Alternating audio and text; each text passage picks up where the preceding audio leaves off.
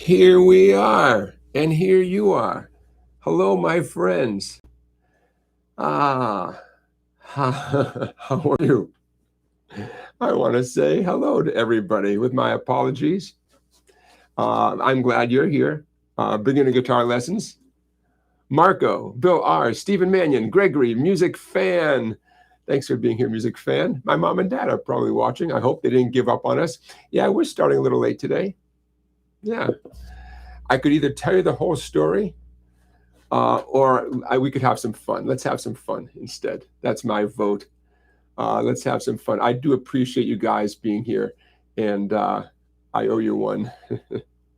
Okay, so Julian is here. Hey, Julian, thanks for joining us. TSA, Time Surfing Alien Scott Rhodes is here. Okay, so let's hear your voices. What I have to offer you, what I have that works is I have a mouse that works. I can either plug in the mouse or the keyboard. I'm gonna work with a mouse for right now. I have a guitar. Mostly what I want is your questions, folks. So let's get those questions coming in. Gregory, I see your question. I will be in a much better mood the more questions you guys ask. How about that? So let's get those questions coming in. And when you do ask a question, please put a couple of question marks in advance of your question. That's how I know it's aimed at me. Gregory asks, I'm thinking about the best way to keep my guitars humidified at home while traveling in the summer. In a case in a dark closet, the humidifier water reservoir only lasts about 3 days. Yeah, that's tricky. And Gregory, I should remember where you are joining us from. Because if I remember right, you are not in the U.S.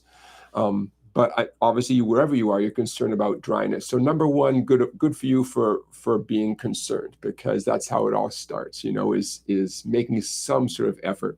And I assume you're talking about acoustic guitars. Not that we shouldn't humidify our electric guitars, but it's even a bigger priority with acoustic guitars. So what are you going to do? In a case is a good way to go. Dark closet can't hurt. Why not?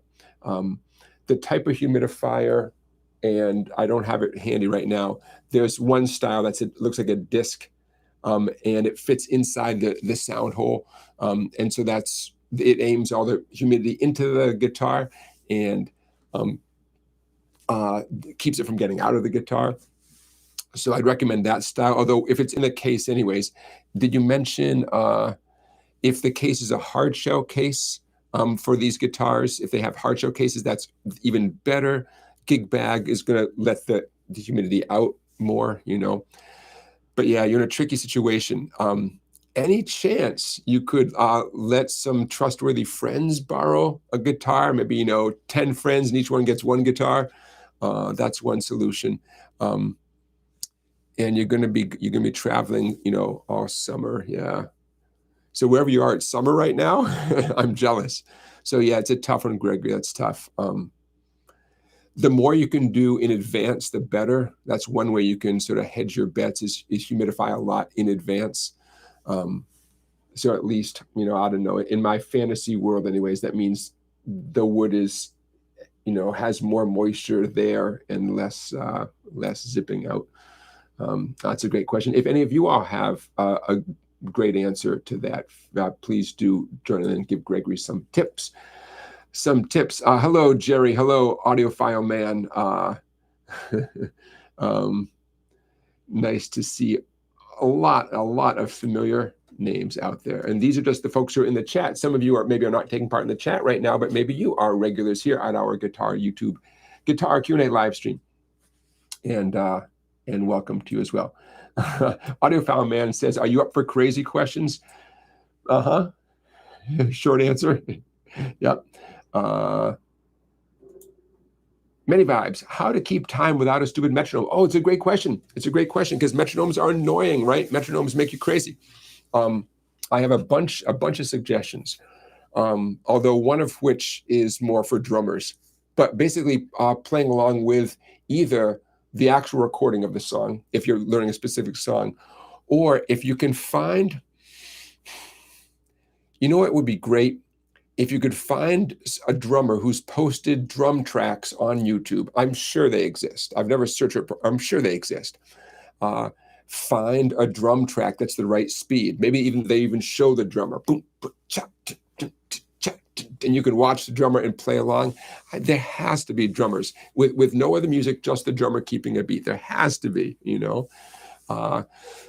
I'm trying to save you money and find free options. So finding something on YouTube is an option. Playing along with the recording. If you're working on something that is not a song, say you're working on scales, then playing along with a recording of an actual song, that's not going to work. If you want to spend money, there are essentially drum machines, for lack of a better term, that do what a metronome does, but just with drum sounds as opposed to that click, click, click kind of sound. I'm sure those drum machines are out there. It's just that now you're spending money, and nobody wants to spend money if they can avoid it, right? Playing with a friend in a perfect world, we'd all have a next door neighbor who would like nothing better than to keep time as you do your thing, and then you keep time as they do their thing. That would be a perfect world. Many times you're talking about counting as well.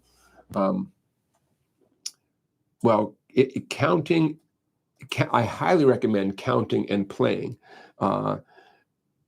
In a perfect world, you would know what to count. You'd have, a system. For instance, counting quarter notes, you'd count 1, 2, 3, 4, 1, 2, 3, 4. Counting eighth notes, 1 and 2 and 3 and 4. And so in a perfect world, you would have a system that works for you. Ideally, it'd be the system that everyone's taught at some point, how to 4/4 time, and then if you go on to take private lessons, maybe, or in the school band, you learn about counting triplets and counting 16th notes, 1 E and 2 E and 3 E and. But counting is a great idea as long as you have a system. You don't want to be winging it with counting. Having said that, if you can count and play at the same time, you have achieved something. That is not an easy hurdle to get over, counting and playing at the same time. So those are some of my thoughts. I'm going to return to something I said to Gregory. When you guys ask good questions, you are well on your way to finding the solution, whatever the solution turns out to be. It starts with realizing that something, that you need something to happen. You're having an issue that needs to be addressed. You are on your way to solving it. So Bill Turner says, hello to all of us from Vero Beach, Florida. Many vibes. Don't throw that metronome. Scott says he's got his first compressor pedal for Christmas. Any tips? Funny you should mention that. Because I've struggled with getting my compressor to do profound things. And I get the basic idea of a compressor. I have a Boss compressor, maybe the CS1. So in terms of tips, watch a YouTube video on your particular compressor. But I can tell you and everybody what I know about what a compressor does. A compressor is an effect that boosts the lowest sound it receives and diminishes the loudest sound. When I say lowest, I should have said it boosts the softest sound that it's receiving and diminishes the loudest sound it's receiving, so that when you play your instrument, repeatedly, let's say you're playing do a nice steady stream of notes. The loudest ones are going to get knocked back a little bit. The softer ones are going to get pushed up a little bit. It creates a squished, kind of compressed sound, and it's a powerful effect in that when used correctly, it can have a profound effect on your guitar sound. If it's used on a recording, it can affect the recording. Okay, having said that, I've struggled with finding a sweet spot on mine that adds some sort of magic flavor to what I do. So I am not a compressor expert. When in doubt, crank it up 100%, turn every knob up 100% and see what that does, and then start backing them down, So I'm going to defer to YouTube. I'm sure someone out there has posted, many people probably have posted a YouTube video on how to use your exact compressor.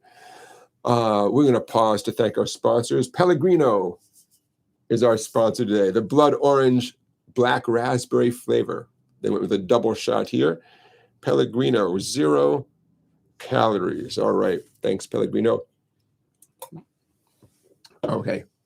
Walter says, can't watch. I'm driving home from work. Walter, I understand that.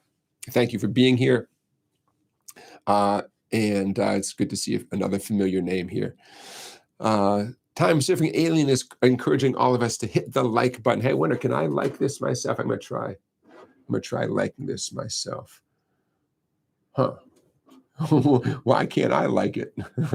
I'm having a good time. Why I want to like things. Okay, well, I'll figure it out. I do see we have 32 participants at the moment with 12 thumbs up, and I'm grateful for all of that. Stephen Mannion asks, what's the chord of the night? And it's going to be an F chord. We have a song to play. And on one hand, it's an easy song. You guys are going to love it. You guys are going to sound great. On the other hand, it does require you to either play an F chord in whatever fashion you would typically play an F chord, or I'm going to give you the option of playing a fragment of the F on the second, third, and fourth strings, because that's what happens in the recording with multiple guitar players. So we'll be getting that. As always, my friends, we will do our guitar play along in a little while. I picked out a classic song for us. If you have a capo handy, grab the capo. It's not mandatory for tonight's song, but some of you might get a kick out of playing it in a capoed up version. If you are not comfortable with F, maybe you're great at every chord but F, then definitely get your capo handy, okay? We will have some dumb questions tonight. I have in my hand here my little agenda, and I have a dumb question already. I laid on the sofa today and thought, what's a good dumb question? And I have one. What else? I have a couple of books I want to talk to you about. For once, not my own books. I picked up a couple of books in the last few days, and I can't wait to talk to you about the books. One of them is a book on the caged system. Many of you have asked about the caged system, and I always kick it down the road and say, yeah, caged. I don't know. I should read a book about it. I don't know if I really am the best spokesperson or the best explainer of the cage system, but that's all about to change. And I also, from Amazon, got a classic guitar book that I guess you could say it's a jazz book, but it's not. That's not really fair. But it is. It's in the very name. It's called The Advancing Guitarist. So it's advanced in its own way. Sorry, I banged that mic down there. Sorry to you guys and sorry to the mic. Okay, so we have a bunch of books to talk about. Meanwhile, let's get back to your questions. Robert is, he says, I'm having trouble playing an A minor / G chord without pain. Any thoughts? Also, Happy New Year. Happy New Year. How could I forget? Happy New Year to you guys, everybody. And that reminds me, as I want to say good evening to my mom and dad who are often watching. Tomorrow is my dad's birthday, 83 years old. My dad once said, the whole world celebrates when it's my birthday. Get it? Because it's New Year's Eve. So happy birthday one day early to my dad. And Dad, I will certainly wish you happy birthday in person too. Okay, A minor / G chord. I guess I should grab my guitar, huh? A minor / G. Let's talk about what that means real quick. Typically, when you see that designation, it means an A minor chord and your pinky reaches over to grab the low G note. That's the 6th string, 3rd fret. And Robert, I'm not surprised that you're not comfortable with that chord. Okay, so here's my initial reaction. Nobody's comfortable with this chord, right? Who would want to play this chord? My instinct is that the reason you need that G is that G should be played as an individual sound as part of some sort of bass note run or bass note effect during an A minor chord. So I'm going to play for a second. I'm going to got my A minor chord. I'm going to keep that in place, but I'm going to strum my open A 5th string. I'm going to pluck that and give a couple of strums on the treble strings. And then I'm going to hit the 6th string, 3rd fret, that G, and then hit the treble string. So give me a second here.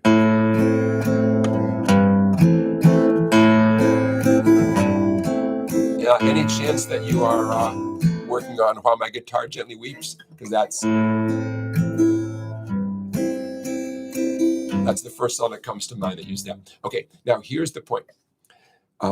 Here I was getting a distinct sound, and then I'm certain that if you are being asked to play that chord, the intention is not to strum all 6 strings, including that low G note right there. It's too muddy a sound. That's not why someone would ask you to fret that note. 99% of the time, I guarantee you, it's because they want to hear that note by itself before you return back to the treble strings the way I just did it there. So why is that good news for you? You don't have to keep that finger down. You have to press down just long enough to get that sound, and then immediately, if you want to, immediately lift it away and get back to strumming the chord. So watch this. Now I know it wasn't ideal because I hit that note, and when I lift my finger off, it just disappeared, right? A little bit abrupt, if you know what I mean. And yet, at least I did what they said, you know.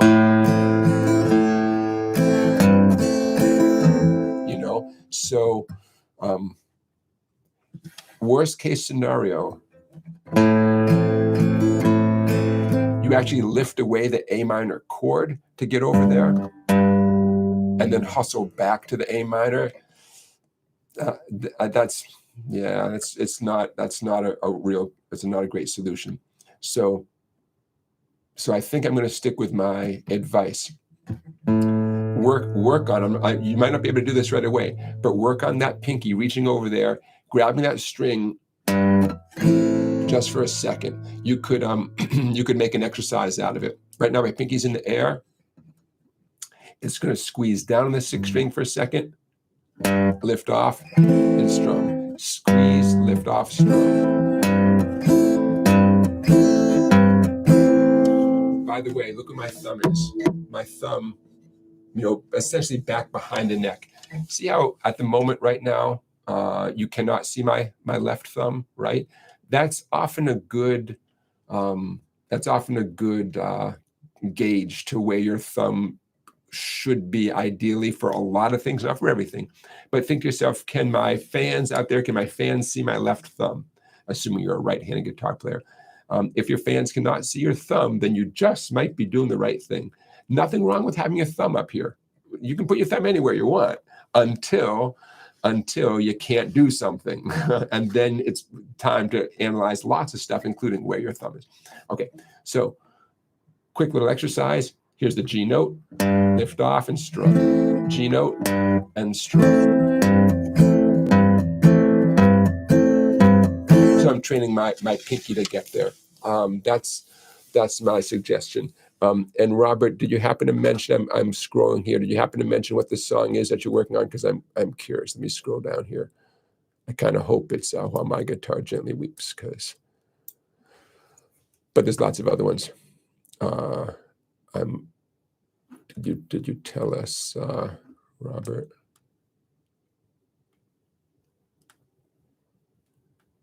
Okay, Robert. I hope that helps. If you are still with us, Robert, please do let us know out of curiosity what song it is. It might be one that we've never heard of before, but I'm curious. Stephen Mannion, maybe that's the chord of the night, A minor / G. Remember, anytime you see a chord name / something else, it means to play that chord, but to have the lowest sound be the note that comes after the /. Hey, sometimes you get lucky. Sometimes the lowest sound, the bass note, turns out to be an open string. What if it said A minor / E? Well, that's an A minor chord with the open E string. Okay, you got lucky there, right? How about C / E? It'd be a C chord, but you do include the open 6th E string. So sometimes you get lucky that way. What it does not mean is to play, say, an A minor chord and then really fast play a G chord. It does not mean that, In a jam, you could just play the chord. Say it says A minor / G, and you just don't know what that means. Just play an A minor chord and see if that doesn't get you by.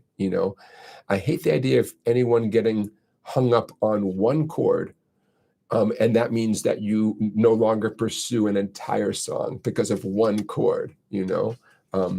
There's often a workaround, a temporary workaround by definition, right? A workaround. Let's make that a temporary thing, right? Okay. Let's see what else we have going on there.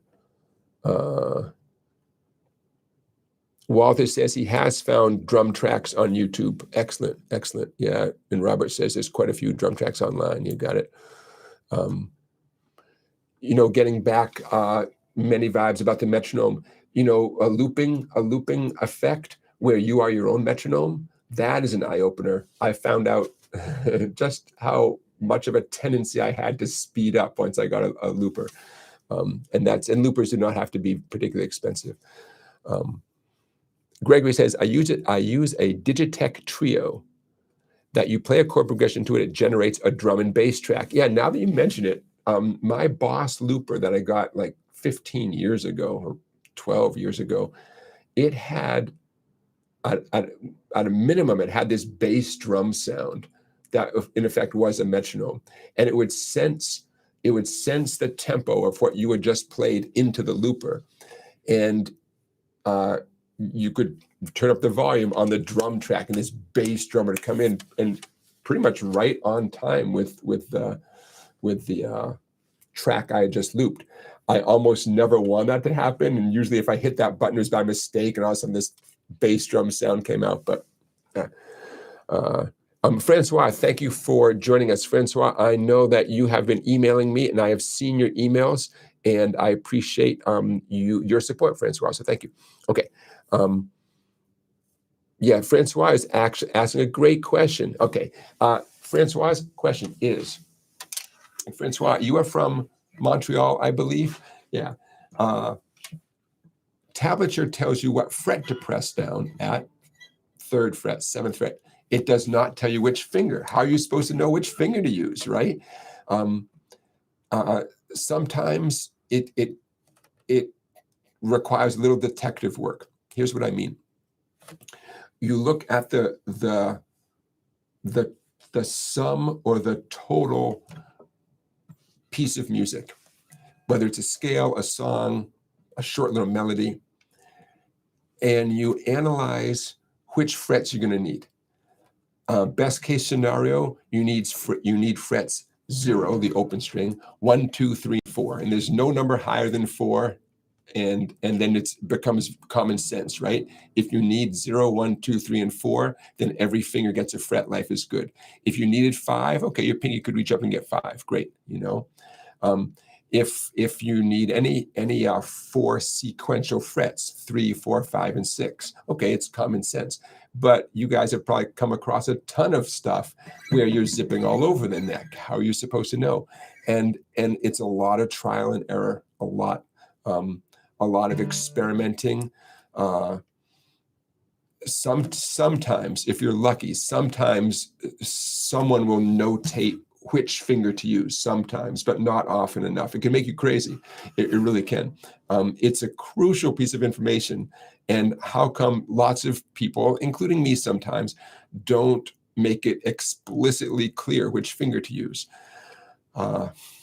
So the good news is, the more you have to figure it out without professional help, the better your instincts get. And my final word would be, to the best of your ability, find ways to use all 4 fingers, whenever possible. I'm really talking about you, ring and pinky, your 3rd and 4th fingers. Do not avoid using those 2 fingers. If it makes sense, use that ring finger. Don't just reach up extra with the middle finger if the ring finger's right there, okay? So Francois, that is the answer to the question, but it means that you can be stuck sometimes. So audiophile, I see your question. I don't have an answer to that particular question, so I better move on.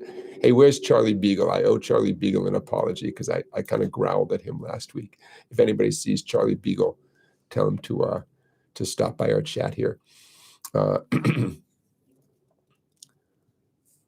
Three Card Monty has a comment about using the compressor, and Three Card Monty says, I find a compressor gets rid of the ice pick highs and softens the low lows. Yep. Many Vibes is saying, oh, that the limonata, the lemony flavor of San Pellegrino water pairs well with Taco Tuesdays. Okay, now I'm hungry. Willie Snyder is asking a dumb question. Okay, let's just jump into the dumb questions. Why not? Now is as good time as any.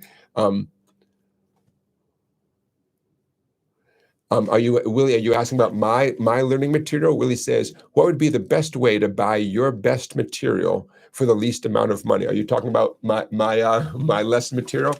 Well, one is to be a nice guy, Willie, which I know you are, because I recognize your name from our chats here.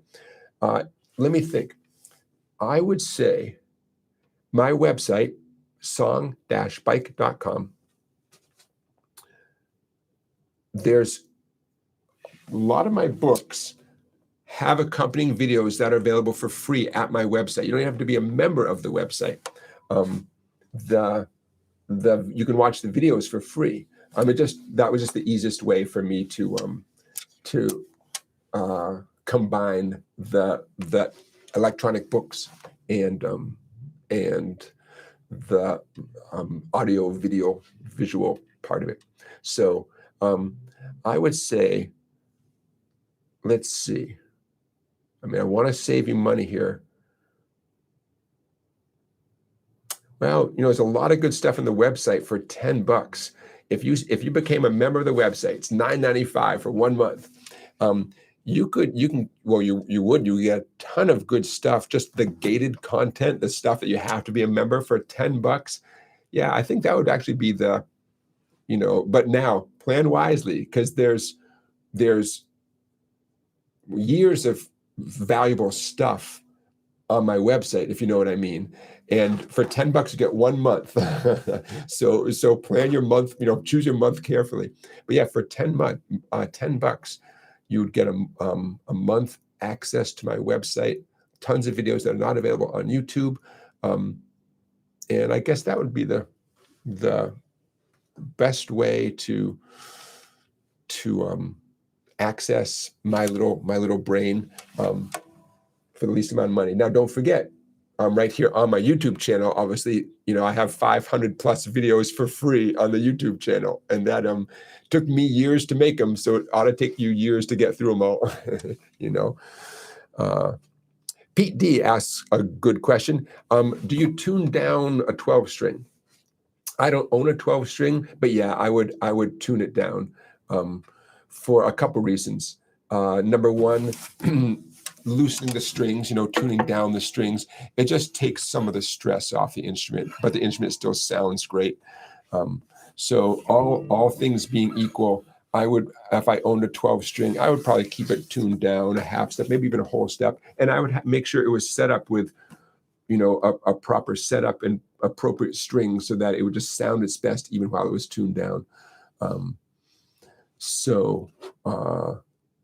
Now, do you have to tune a 12 string down? No. But it's poor 12 strings. They sound amazing, but it's like a delicate racehorse or something. You have to take good care of your 12 string guitars. I know a few of you out there have 12 string guitars. We have our first super chat of the night. I want to say thank you to Chaz for your super chat, and you all can make a super chat donation just by clicking that $ at the bottom of the chat. And Chaz is the first on the board of the super chat tonight, and I want to say thank you. Okay. Oh yeah. Gregory is asking about, Chaz, your new PRS guitar, Chaz, right? I hope you've made it back to your other home and got that guitar.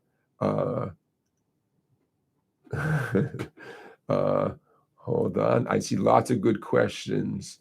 And we got off to a late start today, as many of you know, and I am in a dark mood because of that. And I'm getting happier because of all these good questions. Robert Becker confirmed that it was While My Guitar Gently Weeps. That's why you were asking about the A minor / G chord. I called it. Woohoo! I'm not sure if my little sound effects are working right now. We're gonna see if they're working right now. Let's see. I'm just trying to make this too loud. Nope. I'm not getting any sound effects. Why not? I don't know why not. That's not fair. Oh well. I was hoping the sound effects were going to work. Nope. You know what? That is how it goes. Okay.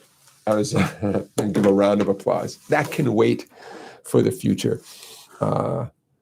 Thank you for wishing my dad happy birthday. Dad, you're getting a bunch of birthday wishes here globally. And I'm sure he appreciates that.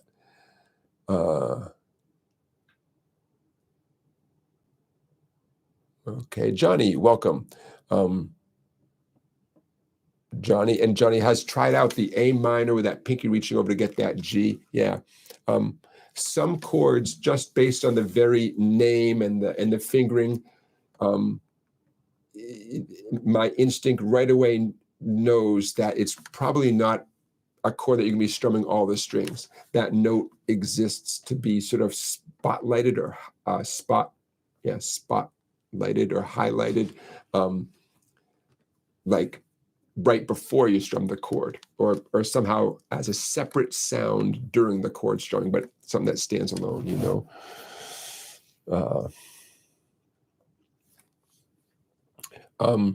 Stephen Mannion, not to worry. It's just a chord that shows up. In this case, it shows up in While My Guitar Gently Weeps. It is an A minor chord, but for a brief moment, the pinky reaches over and gets the note G on the 6th string.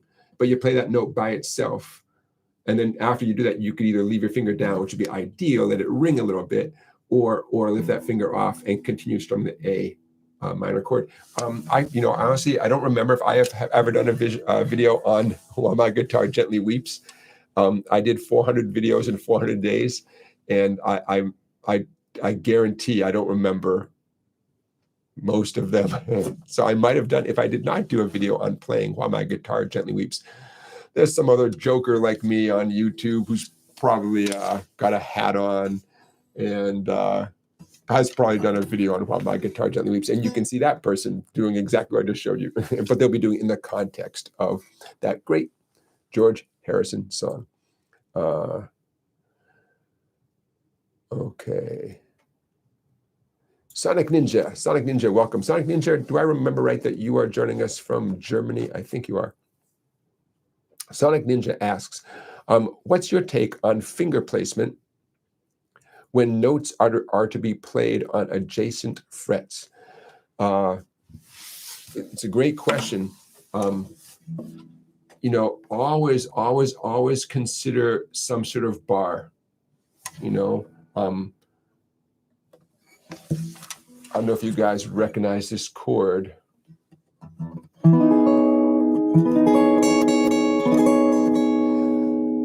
For a while, that was the hardest chord I had ever learned. That's the opening chord for that Stevie Ray Vaughan instrumental called Lenny. Okay, so why does that come to mind? My pinky is flattening out and squeezing the 2 treble strings at the 9th fret at the same time. And, I had to put my mind to it and put in some practice time to get that. So in terms of, what do you do when they're adjacent frets? Yeah, sometimes you either can bar them or you should bar them or you have to bar them. It depends on the exact chord, right? But it's always worth considering. Here's a little irony, if irony is the right word. Advanced players consider barring the easiest way to do something. They don't want to commit all their fingers. They want to just grab something with one finger and just bar it. Less experienced guitar players consider barring to be a hard thing that you're asking your hand to do. So at some point, you flip. At some point, you flip to being relieved that, quote, all you have to do is bar the strings. Oh, I'm going to do like a one finger bar. You guys know I love my one finger A major bar chord. You know, at a certain point that becomes a relief. Like, oh, good, I can just do it with one finger. It's easy. You know, I don't have to think too much. But early on, it's a pain, right? So my point is, if no one's giving you any advice, then it's a judgment call. But if doing some sort of bar, or let's call it a partial bar, because technically a bar means pretty much covering all the strings, right? Or at least 5 strings, 6 strings. Anything less than that, let's call that a partial bar. If a partial bar seems like the logical thing to do on paper, but you just can't do it, but you see how that would, in a perfect world, be the logical way to do it, then it might be the right thing to do. You might just have to work on it.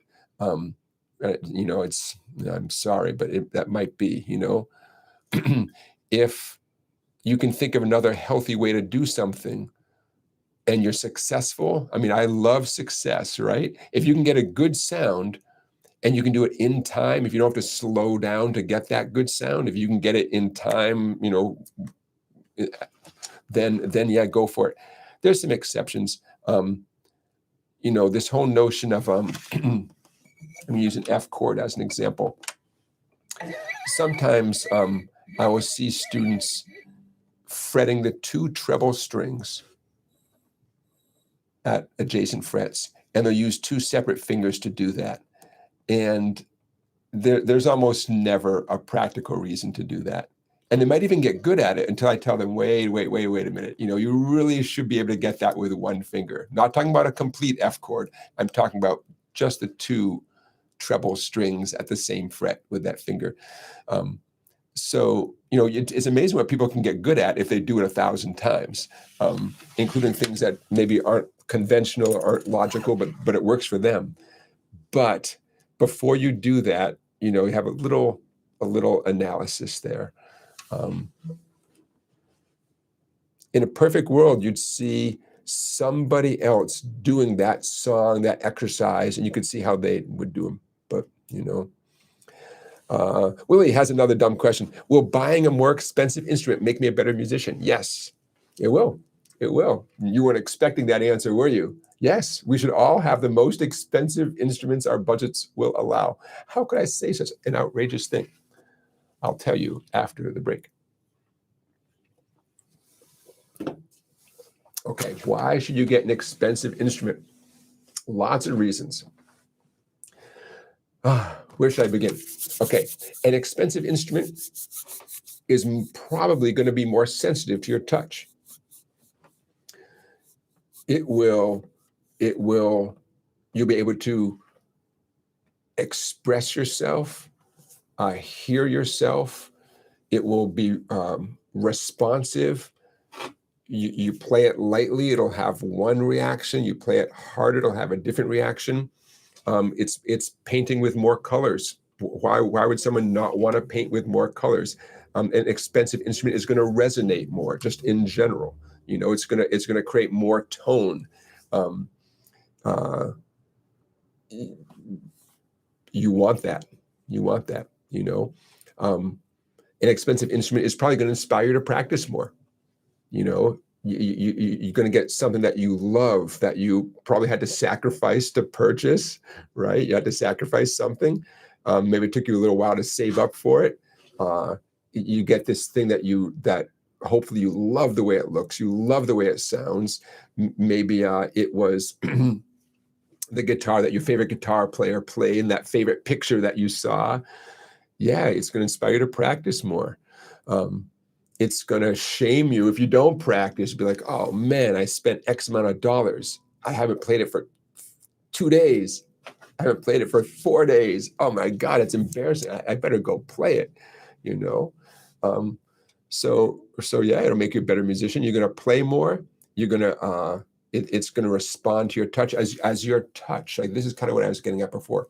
As your touch becomes more sophisticated, and it will, whether you're playing with a pick, bare fingers, the more you play, it's like like an artist becoming better with a brush. It's like a child learning more language. As you become more articulate, you want that instrument, imagine if your tongue couldn't say the new language that you were learning, right? You're learning all these new words and your tongue couldn't keep up with you. Yeah. Okay, so there's your short answer. It's not even a dumb question. There's not even kind of a long answer. Having said that, none of us need expensive instruments, right? The fact is, an entry-level instrument, let's say $200 to $300. You can get a pretty good instrument for $200 or $300. Spend a little bit extra and get it set up by your local luthier, so it's like perfect, right? The action is perfect. Everything about it is as good as it could possibly be. Yeah, most of us are all set, Get a little practice amp, one of those cool little Spark amps. Yeah, we're all set. We don't need the fanciest thing. So sadly, we can't use that as an excuse for not growing and not learning more skills. But yeah, and to be totally clear, we're talking about an expensive instrument. I am talking about an instrument with better, made of better materials, made with more care, hopefully set up great before it left the factory. I'm not talking about something that just has a custom color. Nothing wrong with that. Nothing wrong with that. But ideally, what makes it expensive is all the beautiful workmanship and materials that went into it. And the cosmetic stuff is not exactly what made it so expensive. Oh, nothing wrong with that either. Hey, look, you want to wake up in the morning and look at your instrument, maybe hang on the wall and think that is just a work of art. And that's what I wish for all of us. Okay. Chaz, you have not made it back to your PRS guitar. Holy cow. Hey, Johnny, thank you for your super chat donation. It looks like you may be overseas, so I appreciate your overseas super chat. Pound, the pound sterling. Hey, I accept pound sterling. I appreciate that. I'm very, very thankful for that.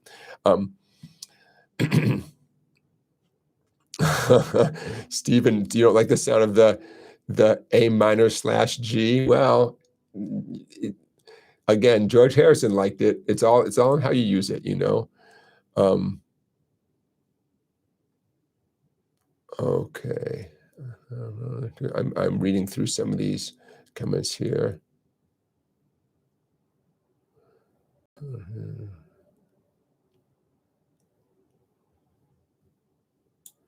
Audiophile Man, I'm looking at your question here. I do, yes. The answer is yes. Audiophile Man asks a question near and dear to my heart. Do you plan to put out a chord-melody songbook of pop or rock music, or do you have a recommendation for a good existing songbook? Yeah, that's my 2024 plan, sooner rather than later. I've done so many chord-melody videos, and then I've done a whole bunch of chord-melody arrangements for my in-person students.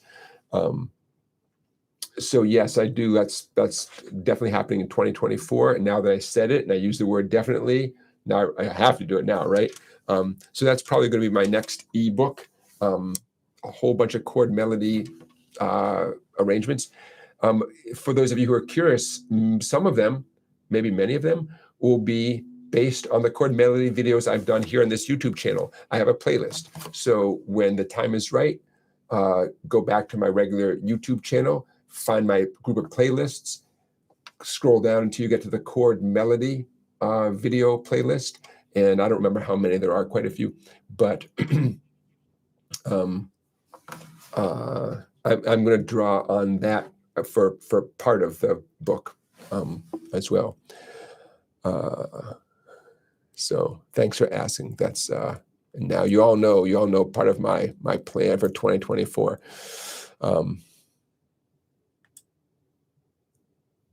Okay, Nature Good, thank you for being. Nature Good says, I started my guitar lessons in pandemic with your videos. I love that. Excellent. Oh, you guys, I got a double shot. Literally, I got a COVID shot in one arm and a flu shot in the other arm, and I was out of it for a little while, but I'm back. I am back. So many of my in-person students were either testing positive for COVID or someone in their family was testing positive. And it was it was past time for me to get my shots. So, knock on wood, I'm as healthy as I'm going to be. Okay. I'm Robert Becker. I'm reading your comment about the A minor / G chord. Two strings.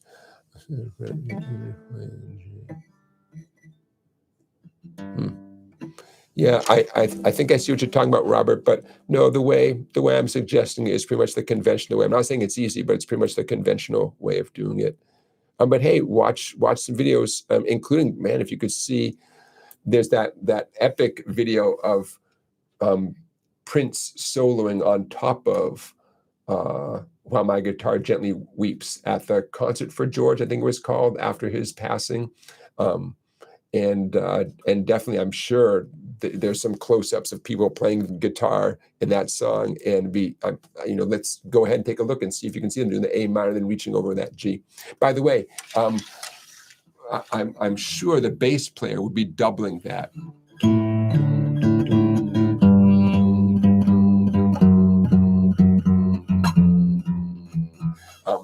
That's what bass players do. Sometimes, often. So when say George Harrison reaches over and is playing the A minor, then reaches over and gets that G, whoever played bass on, let's assume Paul McCartney, I'm sure he at that moment reached over and got a G on his bass as well. I think it goes down to F sharp from there, maybe it goes down to F from there to E. However the chord progression goes, but that's what bass players do. They're going to follow that. So in a sense, the guitar player doesn't have to do that. But hey, if George did it, you should do it. You should work at it. Why not? Okay. I'm scrolling up to make sure I didn't miss any of your great questions. Remember, folks, if you asked a question and you put some question marks in advance and I still haven't answered it, it just means that I missed it. And don't be shy about asking it again, okay?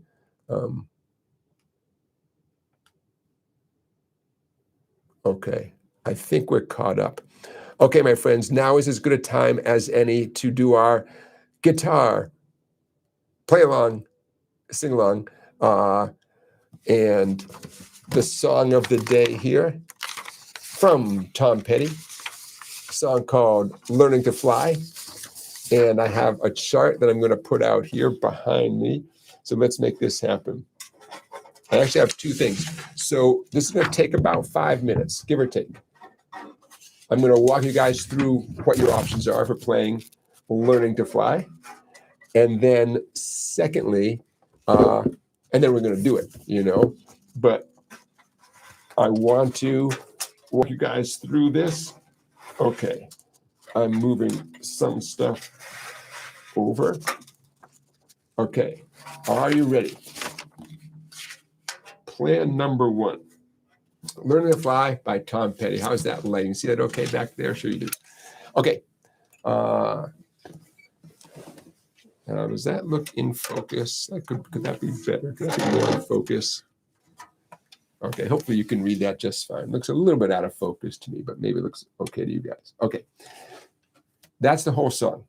Without a capo, it's up here. No capo, that's great. Tom Petty didn't use a capo. You got F for 2 counts, C for 2 counts, A minor for 2 counts, and G for 2 counts. Okay? Some of you, that's exactly what you're going to do. Great. Okay? And by 2 counts, I'm saying that the most basic way to do it would be F twice, C twice, A minor twice, and G twice. Now, for those of you who just are not good at F, believe me, I get that. Or for those of you who just want to play in a different key with a capo just for the fun of it, yeah, okay, go for it. Capo at the 5th fret. Grab your capo, put it at the 5th fret, and you're going to be doing C for 2 counts. Do I have my capo? I do have my capo. I can't hear it. You're going to be doing C for 2 counts, G for 2, E minor for 2, and D for 2. And again, that's the entire song. Okay, that's why I chose this song, because you can sum it all up like that.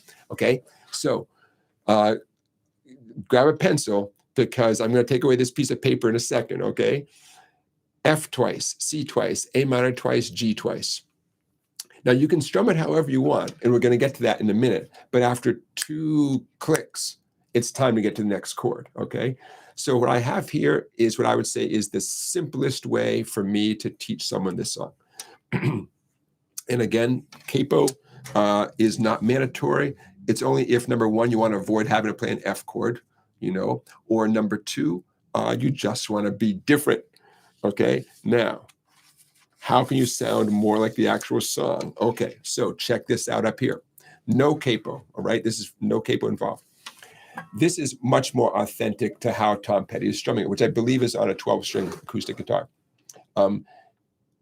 Constant, smooth, down, up, down, up, down, up, down, up strumming. Okay, that's never going to vary. But it's 3 strums of F, down, up, down, and 5 on C, starting with an upstroke. Up, down, up, down, up. 3 on A minor, down, up, down. 5 on G, starting with an upstroke. Up, down, up, down, up. Okay? Just in case some of you aren't familiar, the boxy symbol means to strum down. That thing right there looks like kind of a box. And the V means to strum up. I did not invent these terms. They are industry standard. They actually come from violinists who, way back in the day, designated those terms to mean drawing the bow down towards the floor when they play the violin, or moving the bow up towards the ceiling when they play the violin. So we're stealing these symbols from them. If that V symbol seems counterintuitive to you, like it looks like an arrow pointing down, but here I am telling you it means to pick up with your pick, it is counterintuitive. You got it. Blame the violinist, man. I don't know. It's counterintuitive for them too. Okay, so in slow motion, 2 and 3 and 4 and.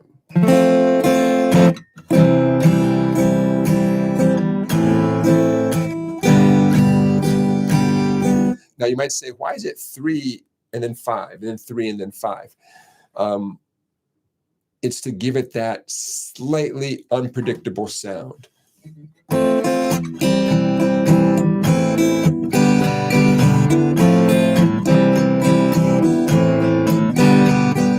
You feel that little hiccup, right?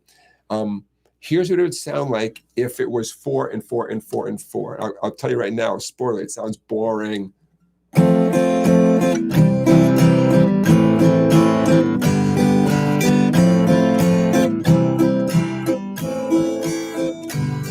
It pains me to do that. I'm sorry, Tom Petty. He's rolling over, my friends, okay? The numbers 4, 8, 16 show up a lot in music, right? So here, Tom Petty has created, 2 measures of 8th notes. And to keep things interesting, he's dividing the measures into 3 plus 5 and then 3 plus 5 again. You know what I'm saying? It keeps things interesting. Instead of 4, 4, 4, 4, 3 and 5. And, it's not math as much as it's using, it's division. It's dividing the number 8 in a slightly less predictable way, right? Dividing the number 8 into 4 and 4 is pretty predictable, right? Dividing to 3 and 5, odd numbers, okay. The fact is, Tom Petty is a pop songwriter in the sense that, in general, it's fair to say he was writing songs with the hopes of the songs becoming popular, right? So this is still well within the realm of pop songwriting, right? But it creates a nice little hiccup sound. Okay, now check it out. For those of you who want another challenge, there is a second guitar. In fact, there's multiple guitar tracks on this recording. And one, instead of strumming the big chords like I was doing there, it's doing what I would call these little bite-sized chords. See that F, 1, 2, 3? Imagine I might do 3 downstrokes on that with a little tiny bit of palm muting. And then 5 downstrokes on that sort of fragment of a C chord. 3 3 downstrokes in that little A minor fragment there, and then 5 on that little fragment of a G chord. So what does it sound like? 2, and here I go.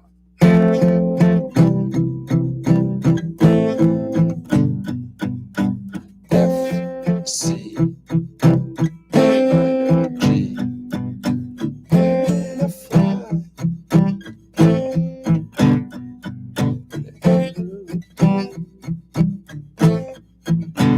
You know, kind of a nice effect. I was emphasizing the first of every group. 1, 2, 3, 1, 2, 3, 4, 5. 1, 2, 3, 1, 2, 3, 4, 5. Oh, we were talking before about counting while you play. You don't have to count. Some of you are just going to feel that. You just feel that.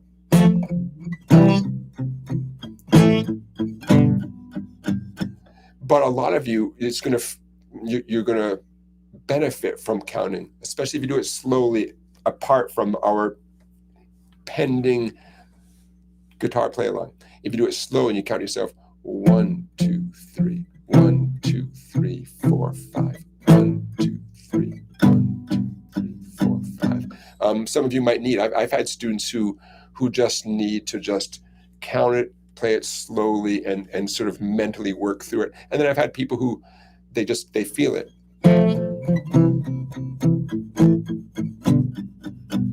They might not be able to play it fast, but they feel the beat that's inherent in there, and they don't need to verbally count it out loud or mentally count it out.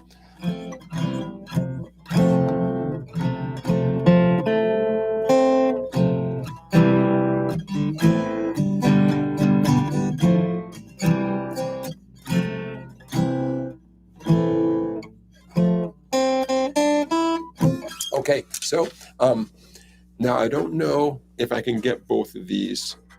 Okay, take one last look for those of you who are gonna play that version, right? Nothing wrong with that. Okay, we're gonna go back to this one. Now give me a second here. I want to make sure that I get this tune perfectly in my head. Talk amongst yourselves for a moment.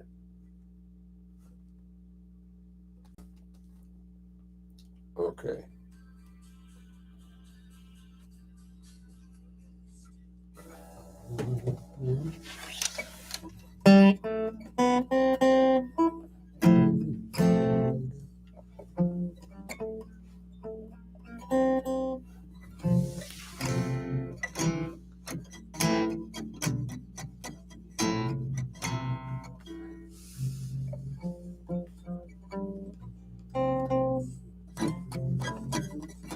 Okay, you ready, Freddie? Let's do this. I got my lyrics.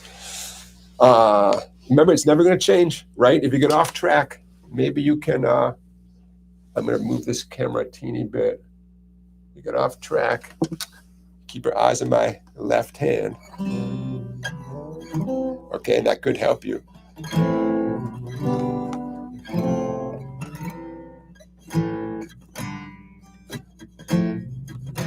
Okay, how about if you go through the progression once or twice before the vocals come in? Okay, if you want to do a little soloing, by the way, we are in the key of C, by the way, C major pentatonic scale. Again, my favorite pentatonic pattern, the headquarters pattern, 5/8. That's the note C right there. 5/7, 5/7, 5/7, 5/8, 5/8. Knock yourself out in there. Have some fun playing some pentatonic scales. You can even start off doing a little bit of soloing since I'm not going to sing in the very beginning. 1, 2, 3, 4.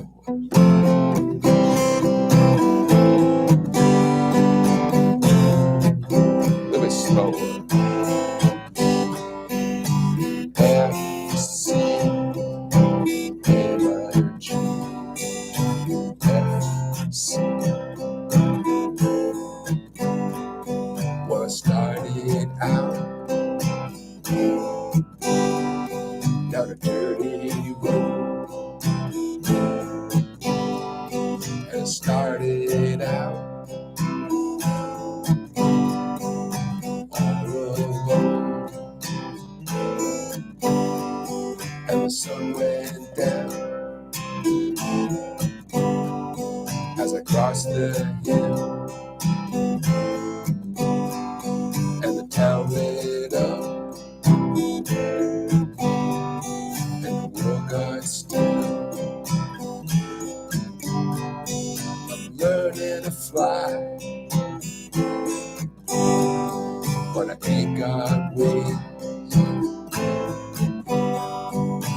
coming down is the hardest thing.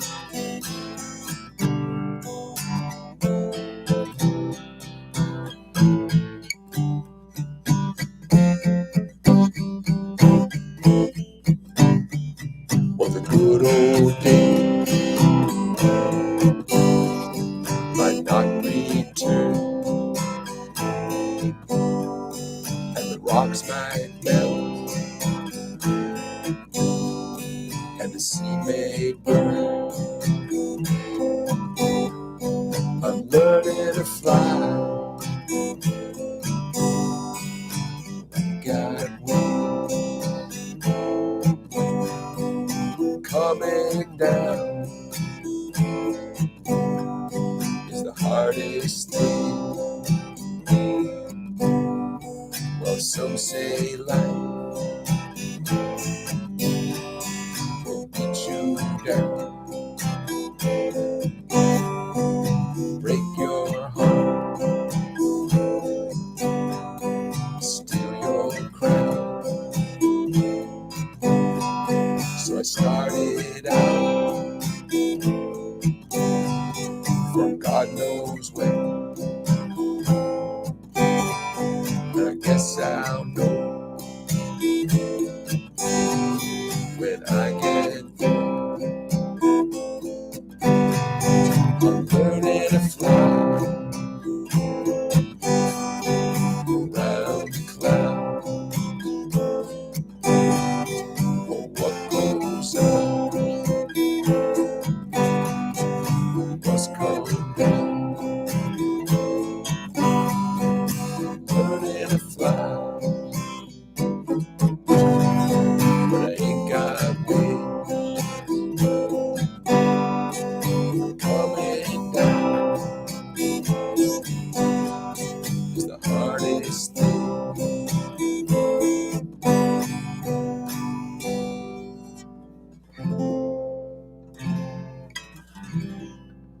Okay, so hopefully some of you did one version. Hopefully some of you did the other version, right? A few to choose from. And the beautiful thing for you is that this is all recorded. Personally, I don't always, I can't do anything about it. It's recorded. There you go.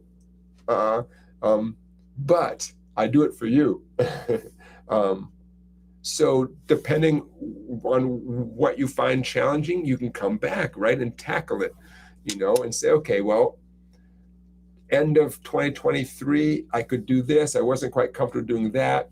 And then come back to it, right? That's the goal, man. I know by tomorrow morning, let's say 12 hours from now, this will be up on YouTube as a video, but I don't know. I don't know exactly how long it takes. But that's what's going on. Okay. Now we have other things to talk about, but I'm going to check to make sure I didn't miss any of your questions. I see you guys are talking about a blues riff. Did I play a blues riff? You're talking about the A minor, G, Nature Good and Johnny Mobasher. What was the blues riff that you guys are talking about? Sometimes I do something I'm not aware of what I did. Okay. Okay. I like to see you guys chatting amongst yourselves. Gregory says his plan for 2024 is to join more jam groups. Excellent. I started 2 acoustic groups last month, joining 4 bluegrass groups in January. Holy cow. That's awesome. Just that you have that available to you. I mean, I'm in a small town area, but even I can't complain. Where I live, there are jam sessions. They do exist. But that's awesome. There's nothing like that. There's nothing like the pleasure, of course, of making music with other people, as well as it gives you perspective. It shows you, ooh, I can't do this one thing. I can almost do this one thing, or by next week I want to be able to do this, or it's just very eye-opening. Okay. Walter, you're asking a good question, and the answer is no. Walter, we're getting back to that A minor / G. If it's the name of a chord / something else, it always is referring to a unique lower sound. If it, but there is such a thing, you're not crazy, Walter, an A minor chord where you grab the skinny string 3rd fret G. That's from good old Wild Horses. The intro. I think it would be called an A minor 7. And this is just how the convention works. You add a skinny higher note to the chord, you're changing, that's considered changing the flavor of the chord or adding to the flavor of the chord. So it's reflected in the basic chord name. So this would be called an A minor 7 because G is the flatted 7th note of an A scale, of an A major scale. I know. So it's a whole lot of information at once. But in general, composers, songwriters, when you change the lowest sound the listener's hearing, that's a totally different ballgame. Then, again, it's an A minor chord with a unique sound in the bass, and that's just considered totally different. Although you're making a really good point, it's a G either way, right? Yeah. And again, I'll say this one more time. Most of the time, if you're adding on some sort of unusual sound in the bass of any chord, it's most of the time you're not simply strumming and including that chord with a big broad strokes. Most likely you're calling attention to that note as an individual note, even while you're maintaining the chord. Okay. You guys are talking about setting guitars on fire. You guys are crazy. Robert Becker, any New Year's resolutions? Well, I have plans. I have plans, and one of the plans is to do that chord-melody book we talked about. That's a plan. Oh, I got so many plans. I'm redoing my website, you guys, song-bike.com, and I've been planning on redoing it, but partly I'm very much influenced by all you guys. Do you remember a week or two ago, I asked you guys a question, and the way you answered it was very influential on me. If I remember the question, it was something along the lines of, is your goal to play, songs better, or is your goal to become better musicians? Something along those lines. And you guys surprised me with I think it was the majority of you. I thought it might only be a small percentage. You want to become better musicians, not just learning songs and stuff. And I was just surprised. So I'm going to be redoing my website in 2024, and I'm going to be doing it with that in mind. So stay tuned. A lot of you are members of my website already, song-bike.com, $10 a month, $100 for a year. And there's a ton of great videos on there. But little by little, I'm going to be revamping it. And the material that is on the website, I will sort of release, so to speak, onto YouTube as a free video. And I'll be sort of replacing it with the new stuff, which I'm super excited about. So that's part of my plan for YouTube for the new year. In terms of resolutions, oh boy, I don't know. I always want to find more time to play. Beginner guitar lessons. Thank you for doing your job and moderating lessons. Beginning guitar lessons has been our moderator for just about every single guitar Q&A live stream. So could we get a little round of applause for beginning guitar lessons? I appreciate what he does, and now is as good a time as any to say thanks for doing what he does. Okay, so yeah, I see some goofy comments here, and that's too bad. I think I flatter myself that I've got to a certain level of fame, I guess, that I have people who are kind of immature. it comes someday. I'll tell you about my stalker story. Yeah, that's how you know you've arrived, people. You got a stalker. Okay, but beginner guitar lessons. Thank you for doing what you do, and I'm sure there's a few more comments that you could make disappear on here. Okay.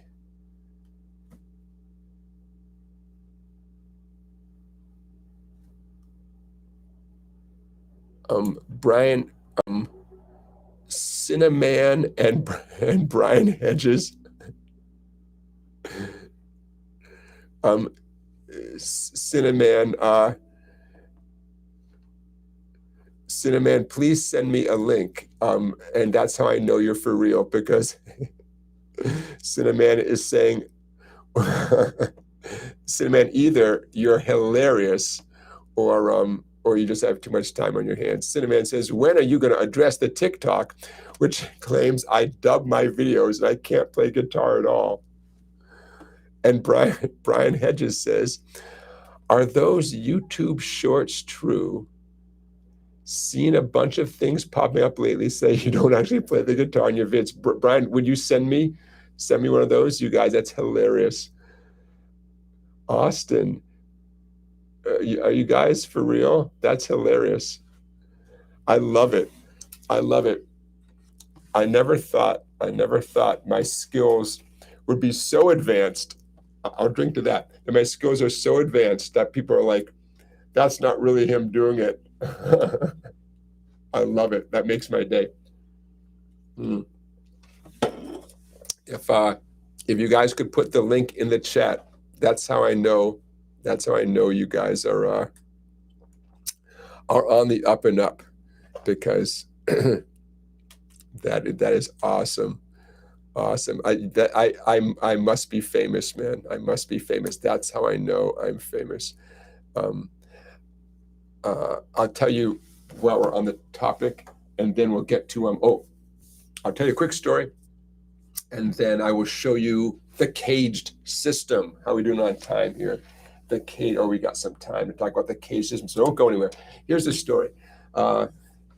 People put comments in my YouTube videos. I've made over 500 of them over the years, and I read the comments. And someone told a story in the comment. They saw me at a guitar store. I forget what they said it was, maybe Boston or something. And I've been in guitar stores in Boston. So I'm reading this comment. It says, oh, they saw me in this guitar store in Boston. I was with a DJ from a local radio station, and the DJ was shopping for a guitar, and I was helping them shop for the guitar. And this comment on YouTube was saying, on one of my videos, saying I was so nice, and I was being all chill, and that I was a great guy, and that I was hanging out with this DJ, and I was helping him shop, and I wasn't acting like anyone special. I was just acting like a regular guy. And it was a very positive comment about something that never happened. So, Brian, why'd you have to do that, Brian? That's too bad, Brian.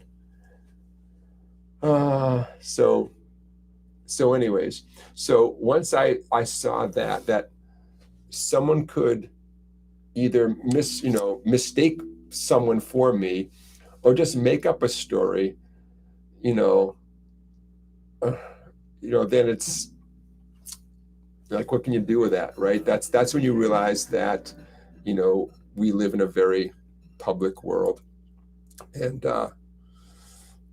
that's where we're at, So, okay. Audiophile Man is asking an interesting question. What do you think about using AI to get Bon Scott to sing later songs by AC/DC? What's the future of AI for guitar? Very interesting. No, I didn't know that. Very interesting. Nope. I don't.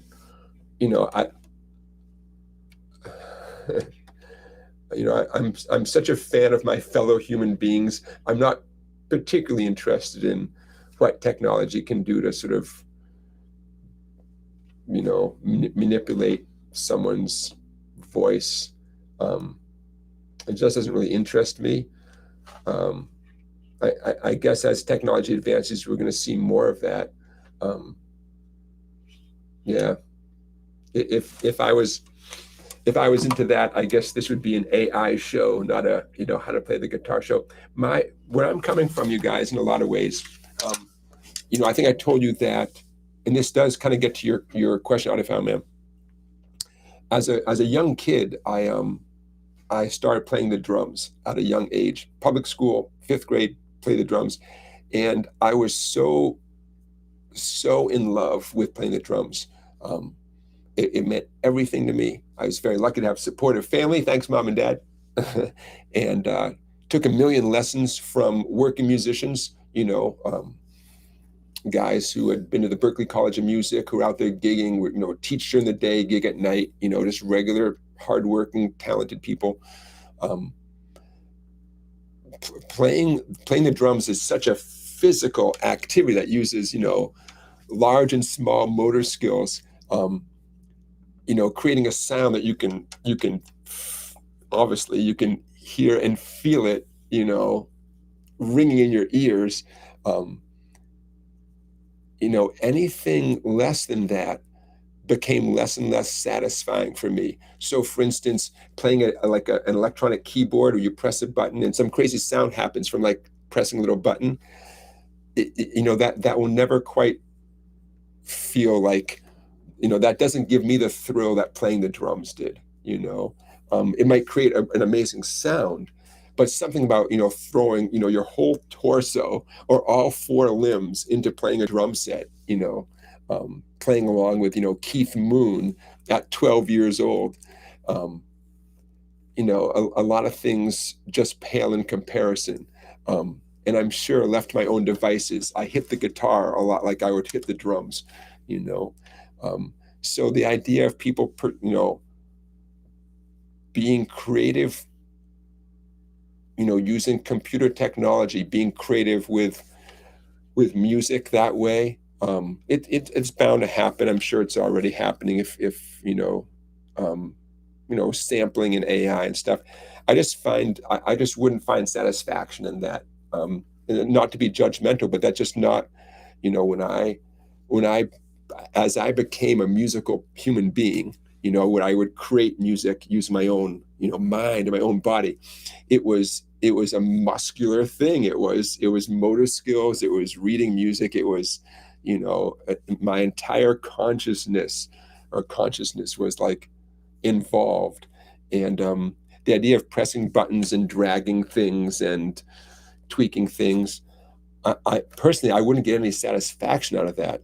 And I guess there's going to be some people who do, but that's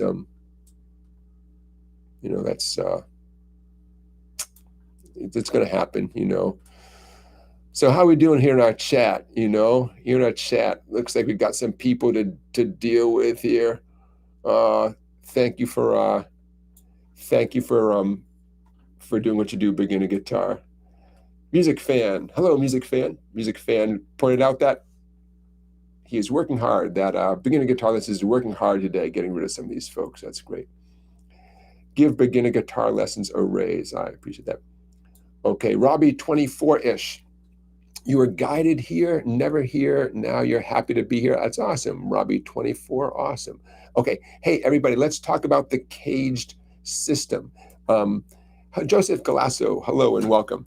In the caged system, since we've been doing these live streams, you guys, this is one topic that's come up quite a bit, and today is as good a day as any to discuss it. So here's what I did. There are lots of books discussing the caged system, so I grabbed one, and I'm glad I did, no regrets. This is called The Caged Rhythm Guitar Method by Rob Garland, R-O-B. Garland, Rob Garland. And I chose this for a few reasons. One reason is Rob is a regular guy who, this looks like it's self-published, and he has a website and teaching materials, and it just came out in 2023.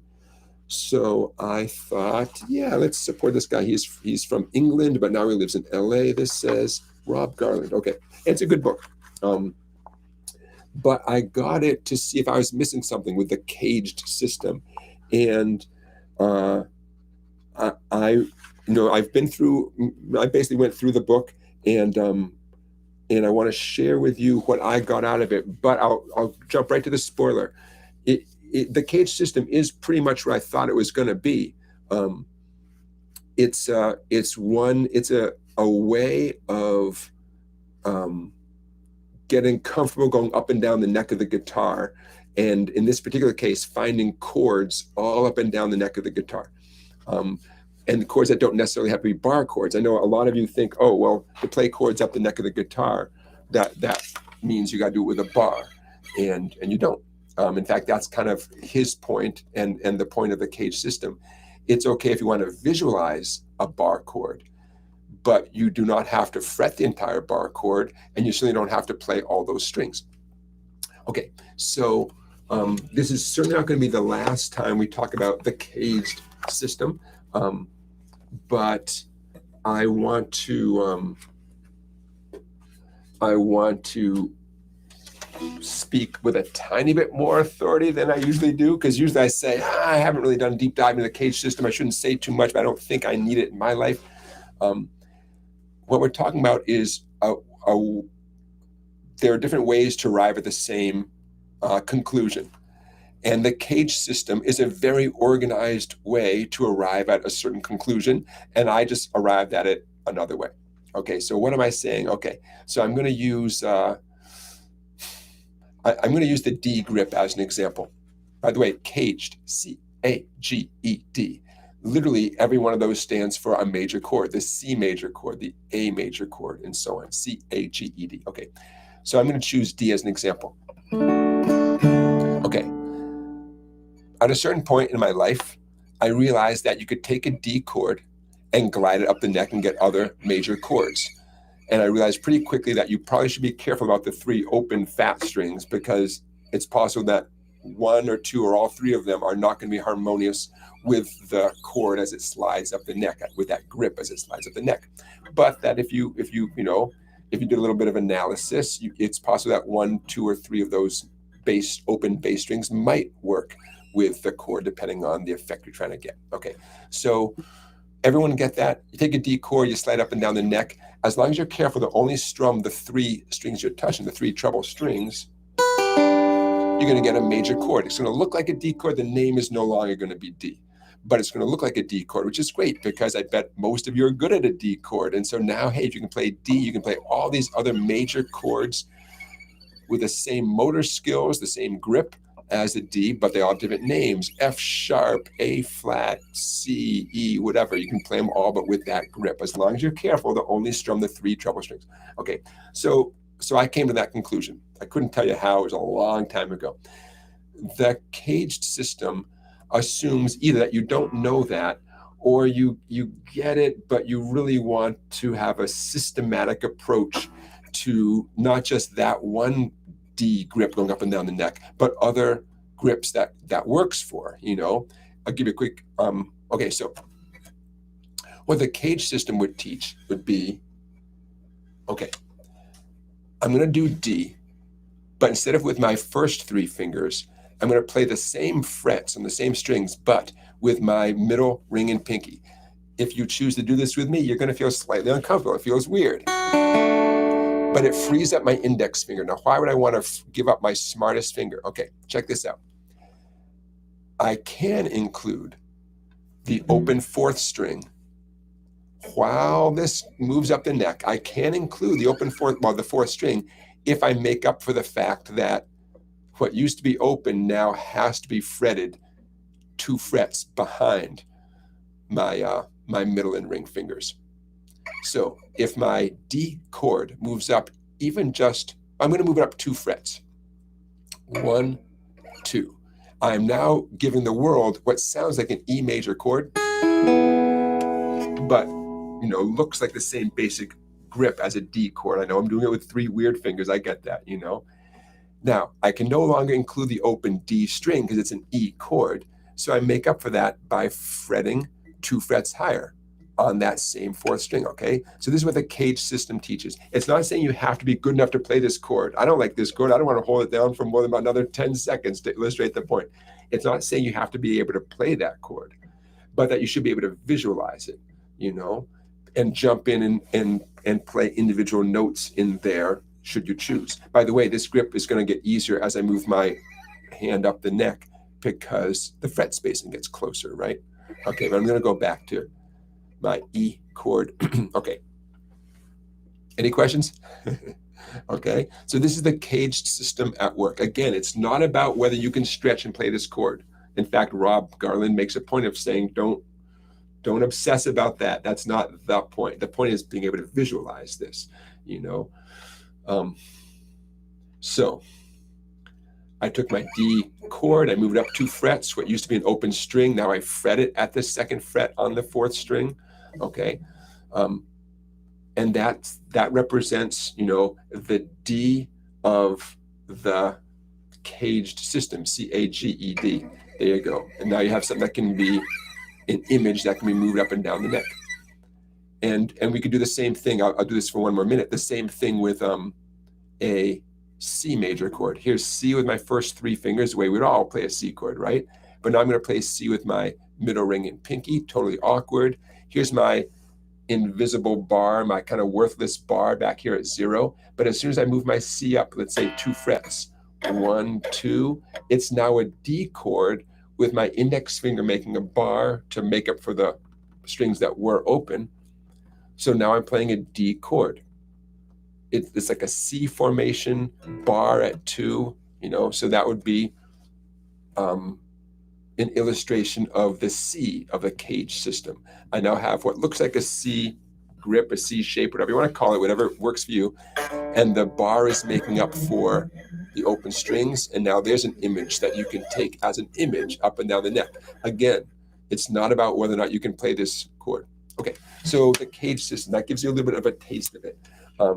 Very interesting. I arrived at those conclusions, so to speak, without that. And many of you may have as well.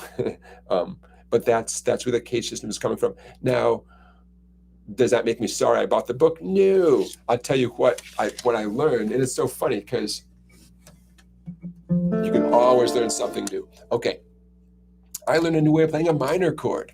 And it's not that it never occurred to me before, but it didn't sink in, put it that way. I'm sure I thought of it. I know I thought of it, but it didn't sink in. So here's what I'm talking about. Okay. D minor. Here's a D minor chord. Hope you guys all know your D minor chord. First string, 1st fret, index finger. 2nd string, 3rd fret, ring finger. 3rd string, 2nd fret, middle finger. By the way, the names of these notes are a skinny string F, 2nd string D, 3rd string A. I have an F, a D, and an A. And then typically we include the open D string, the open 4th string. So now we have 2 Ds. We have the open D 4th string, and we have D on the 2nd string. Okay, you can have 2 Ds, why not? In fact, we could have the open A string, by the way, as well. Ooh, that would be called the D minor / A, right? Not big full sound. Okay, so here's my point.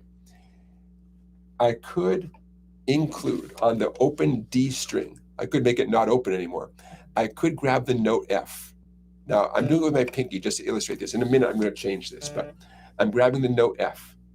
Now, I need the note F. I've been getting it with my index finger on the 1st string. Well, now I don't need to do it on the 1st string. I'm getting it with my pinky on the 4th string, 3rd fret. Now, bear with me, because I'm excited about this because, hey, I learned a new thing, or at least it's sunk in a new way. Okay, so now I have, on the 2nd skinny string, 3rd fret, I have the note D. Kind of, sort of, there we go. On the 3rd string, 2nd fret, the A. So far I have a D, an A, and then here's my F. A D minor triad. In a minute, I'm going to change my fingers. That's not working for me right there. Okay, so guess what? Now I'm going to do a little triangular grip with my first 3 fingers. And I have a minor triad. It's a D minor. Okay, 3 fingers, nice little triangular shape. So now I have, and by the way, the whole point I'll get right to the point. I can slide that minor chord up and down the neck. It's an instant minor chord all up and down the neck, root note on the second skinny string. And I personally, I don't think I ever came across a song that needed the minor chord to be played that way. If I did, I don't remember it. But hey, now I have a cool way of playing a minor chord. Why not? Okay, so what am I doing? Ring finger. I rearrange my fingers to make it more comfortable. Ring finger, second string, 3rd fret. That's the D. Index finger, 3rd string, 2nd fret. That's the A. Middle finger, 4th string, 3rd fret. That's the F. And remember, whether it's a major chord or minor chord, both of those are 3-note chords known as triads. Does not matter the order of the notes. As long as you have a D, an F, and an A in some capacity, high to low, it doesn't matter which one's the high, which one's the lower, it still is a D minor chord. Up 2 frets, it's E minor. Up 1 more fret, it's F minor, and so on. You keep on going, all these minor chords. Yeah, kind of fun. Is it physically hard? No, I hope you're doing it right now. But it's kind of a hip way to get a minor chord. Definitely a hip way. And again, the root note, the note that names the minor chord, is the 2nd string note, the one that I'm doing my ring finger. If I'm up at 12, 11, 12, 12 on the 2nd string is B, that's a B minor. Back 2 frets, 10, 9, 10, that's an A minor. Okay, so I learned a cool thing out of that book. And I'm happy to talk about more cage stuff with you guys. But the book did not convert me to want to become a caged teacher, to say, I'm going to change the way I teach people. There's some good information. The guy's a good author. Rob, thank you for writing this book. He did a good job. I found one typo, but I've never found a book that doesn't have a typo, including my own books. My God, I only found one typo, so that's pretty amazing, and I would buy other books by him, and you're welcome to check him out, Rob Garland. But I've been playing guitar for a long time and teaching guitar for a long time, and I think at a certain point you have come up with your own system. Okay, so thanks for hearing me out. Oh, sorry for bumping the mic. Thanks for hearing me out about the cage system. That's where I'm coming from there. I'm scrolling down. Stephen Mannion, thank you for your super chat. I appreciate that quite a bit, more than you know. Let's say a few hellos in case any of you, let's see, have joined us recently. See lots of good information. Okay, lots of good conversation, I should say. Robert Becker says, is the caged system the same as learning about triads? Well, they go hand in hand. Yeah. The cage system, the way he wrote his book, it includes minor chords up and down the neck, major chords, C major, A major, G, any major chord, but it's based on the C, A, G, E, and D major chords. Then the second part is the same thing, but minor. And the third thing is not triads anymore. It's the same thing, but the dominant 7th chord is also just known as 7th chords. 7th chords are major triads plus 1 more note. So it's no longer a triad, it's a 4-note chord. 7th chords are 4-note chords.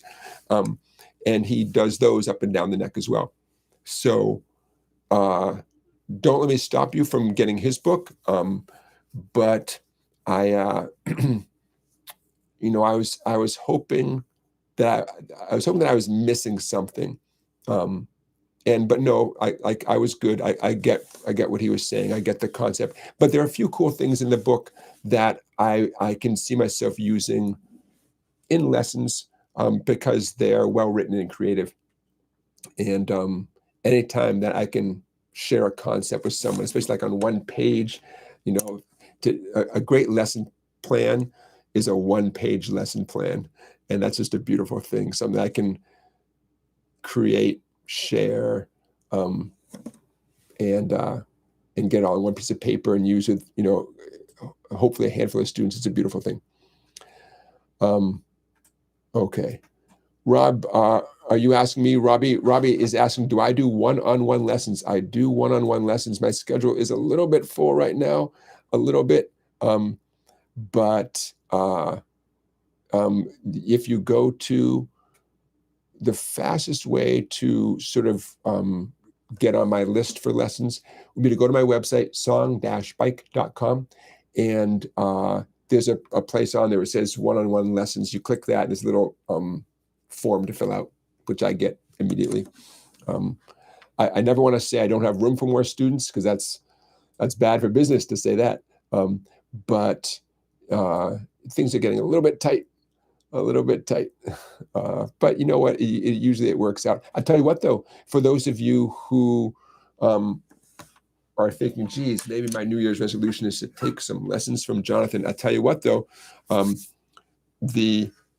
my little series here, I created this series for lots of reasons, including, hey, if my schedule and your schedule don't work out for doing lessons, this is a lot of the stuff we'd be doing in our first lessons anyways.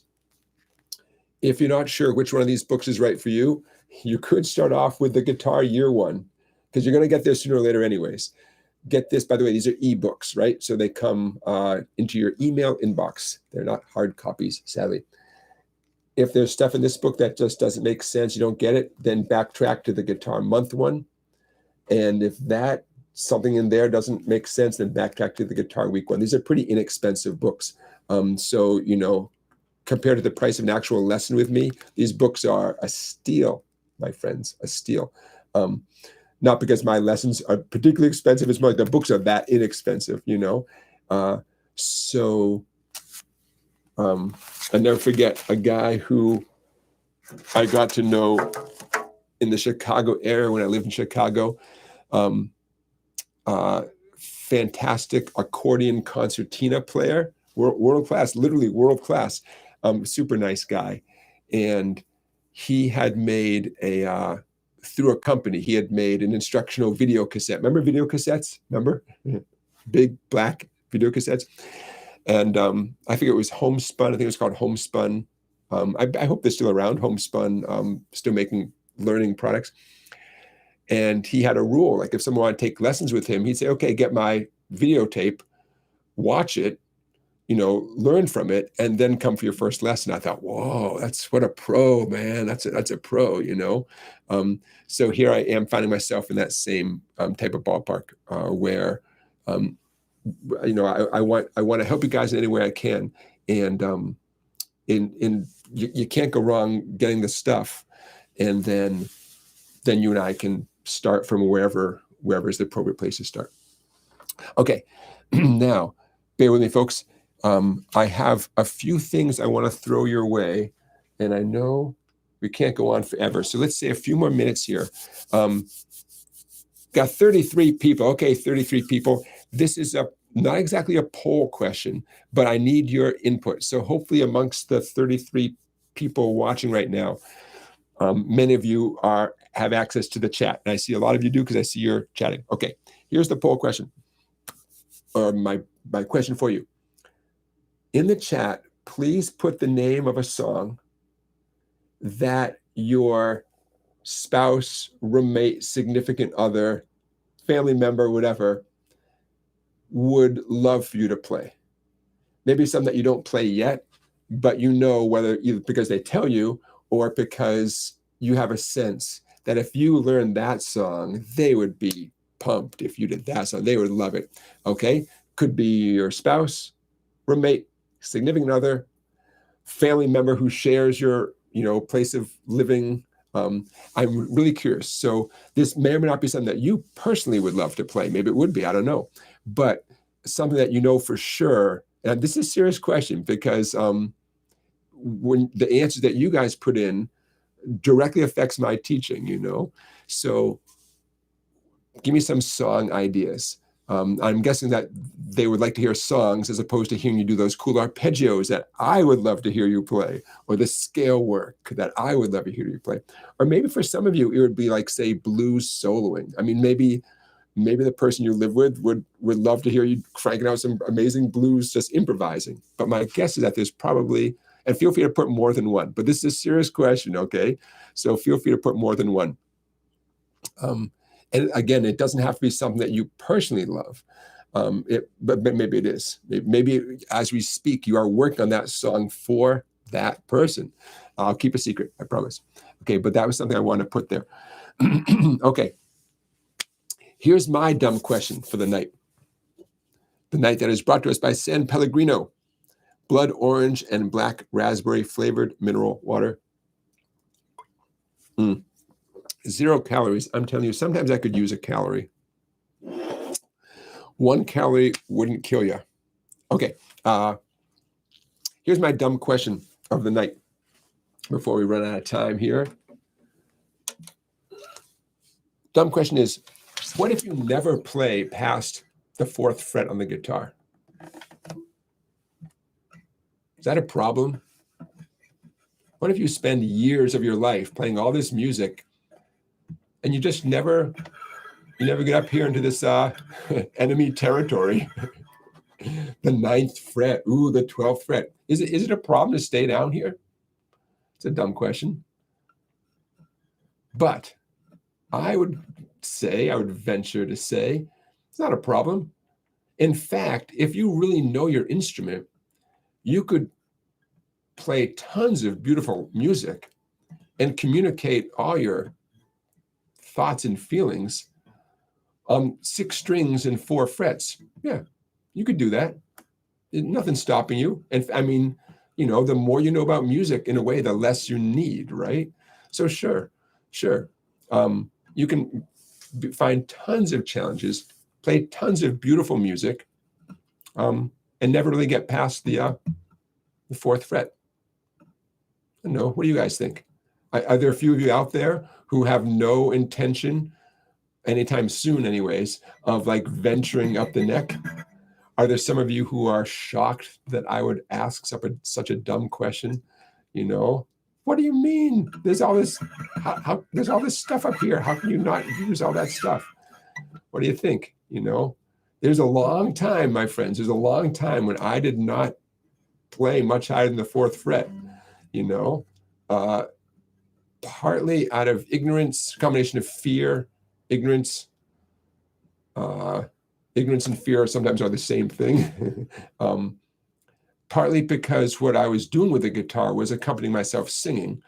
And, what I needed was a lot of G, C, D, E minor, A, and so on, but I was aware that, that was only part of the reason why I wasn't venturing much past the 4th fret. There's my dumb question for the day.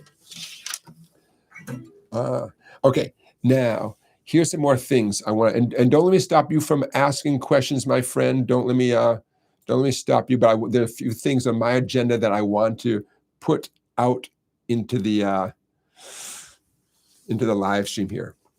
Okay.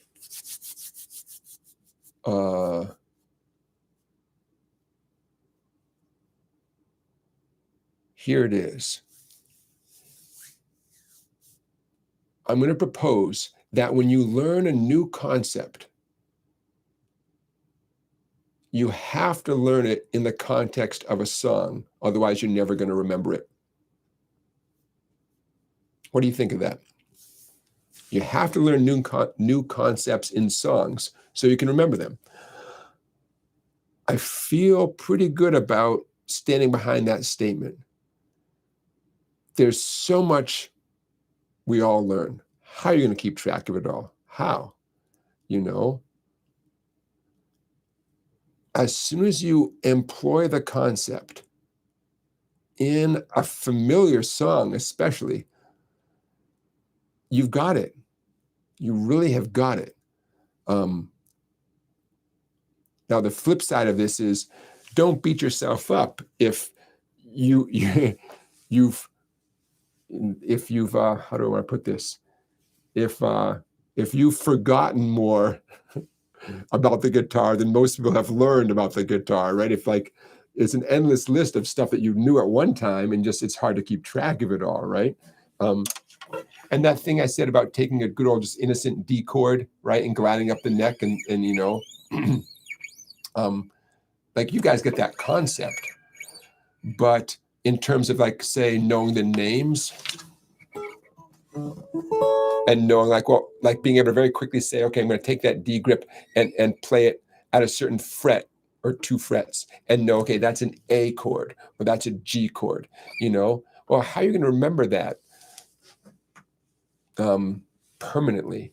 And so, yeah, so I think that is, I'm doing a little soul searching here.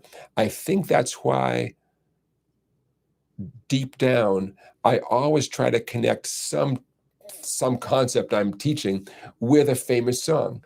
Some of you who've had a few lessons with me know that Pretty Woman, oh, Pretty Woman, good old Roy Orbison, right? Pretty Woman is that the Roy Orbison riff, right? That riff. Okay, that directly comes from a dominant 7th chord arpeggio, meaning someone who works in their dominant 7th chord arpeggios up and down the neck, you are now in a position to play the Pretty Woman riff up and down the neck in different keys, you know? So I live for stuff like that. In fact, I can't imagine teaching without making those connections with students. Say, okay, here's the thing, you got to practice to, you know, have fast fingers, to be knowledgeable. There's lots of reasons. But hey, while we're at it, let's also play Pretty Woman since you get something for your trouble, you know? So that's been part of my teaching forever. And I think it's maybe partly due to the fact that's the way I learn. When I learn a concept, it's like, well, great, I've got this concept. How am I going to remember it? I've sometimes gone as far as writing a song that uses the thing. Just because if I can't find a song that uses it, then I better write one. You know, if I can't find a famous tune that employs that thing, maybe if I write my own song that uses it, I have a fighting chance. I've done that more often with lead guitar licks, as opposed to say chords. I'll learn a lead guitar lick and I'll say, you know, I love it. It's great, and I can do it. And I'm going to forget it tomorrow. Tomorrow I'm going to be on to some other lick, unless I do something. I got to track down this file I had. For a while, I was writing 12-bar blues rock guitar solos, 1 page, 12 measures, almost always based on 12-bar blues formats. And each solo was essentially my way of remembering one really good blues lick. And I would use it in my teaching, but it was also the way I could remember the blues. Oh, and that's where I got that descending pentatonic thing.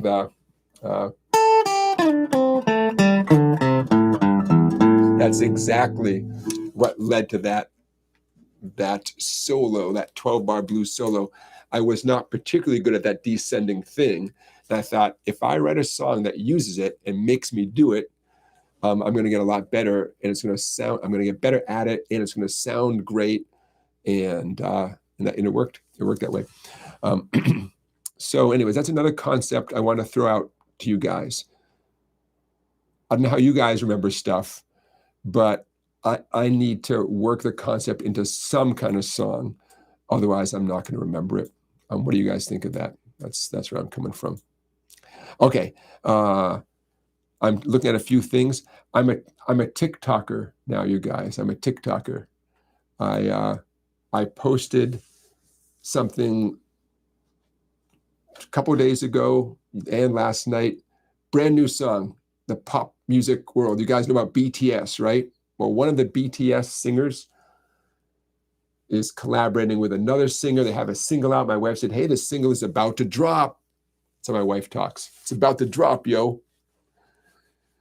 And she said, what if you did a video on how to play the guitar for that song? I mean, it's going to be a massive pop hit. So I and then post it on TikTok where all the kids hang out. So I did. So I And fortunately for me, the guitar had a nice little guitar introduction. They use this cool finger-picking riff for the intro and for the outro. So I'm a TikToker now. Let's see how my TikTok instructional video is doing. Hold on here. 269 views. So if you're so inclined, you can head over to TikTok. And on TikTok, I am at Songbike Guitar, at Songbike Guitar, SONGBIKE Guitar, GUITAR. And the song is Wherever You Are, but it's a capital U and a capital R, Wherever You Are. And the singer's name is Umi, U-M-I, Umi. So you will see yours truly, his first serious TikTok video on how to play a song. I am now a TikToker. There you go. We'll see what happens. We'll see what happens, my friends. Okay, so I want to share that with you. It's just about time to wrap up. There are a few things we didn't get to on my list, but that's okay. You know why? Because I will see you again next week. And I am going to read over your responses to my question about things that your significant others would really love for you to master. I think my wife got a kick out of hearing me play pop songs, contemporary pop songs. I'm not sure if she realized how long it would take me to figure out that introduction. But speaking of my spouse, she says, I stand by this advice because the song debuted at #1 worldwide on iTunes. And it's the number one trending YouTube lyric video. Well, and guess who has a TikTok video on how to play the cool introduction? Mr. Smiley right here. We'll see.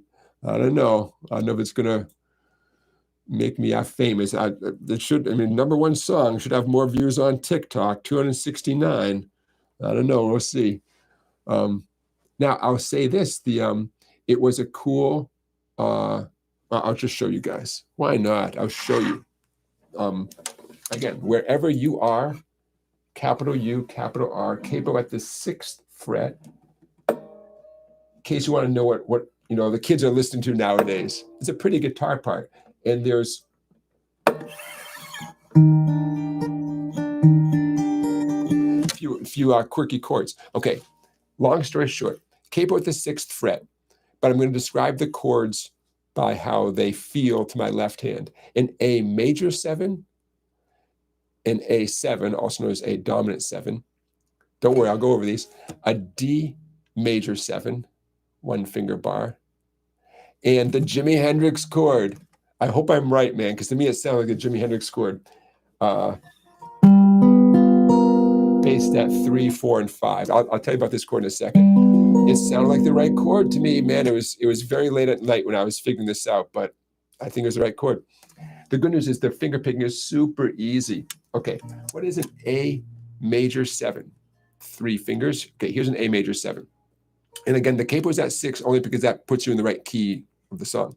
But I believe this is how it was recorded. I mean, legit, this is how they did it. Capo at the 6th fret. Okay. Ring finger, 2nd string, 2nd fret. Index, watch out, 3rd string, 1st fret. Middle finger, 4th string, 2nd fret. An A major 7. It's a very pretty kind of dreamy sound. Okay. I'll show you the finger picking in a second. Second chord, just lift off the index and you have an A7. By the way, this is an extremely common chord progression. An A major 7 going to an A dominant 7. And A dominant 7, also known as A7, it loves to resolve to a D chord. For a while, I thought it was going to D major, and then I listened a little more closely, and it wasn't going to D major, it was going to D major 7. Okay, that's my index finger barring 1st string 2, 2nd string 2, 3rd string 2. There's my D major 7. But I thought, okay, I get that, you know, because A dominant sevens, A7s, love to go to some kind of D chord. It just happened to go to D major 7. Okay, that's fine. Okay. Now here's the weird Jimi Hendrix chord, also known as a 7th flat 9 chord. In this case, it's a, what would you call this? An F sharp, what chord would this be? A C sharp 7 flat 9. Don't worry about the name. Okay. Middle finger, 5th string, 4th fret. Index finger, 4th string, 3rd fret. Ring finger, 3rd string, 4th fret. So far, I have a little triangle. Not done yet, but nice little triangle.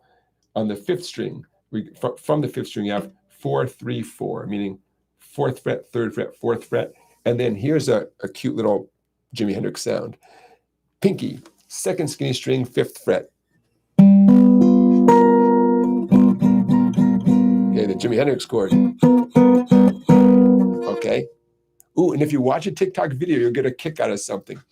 When I go to finger pick that chord, you can see I'm taking my own advice.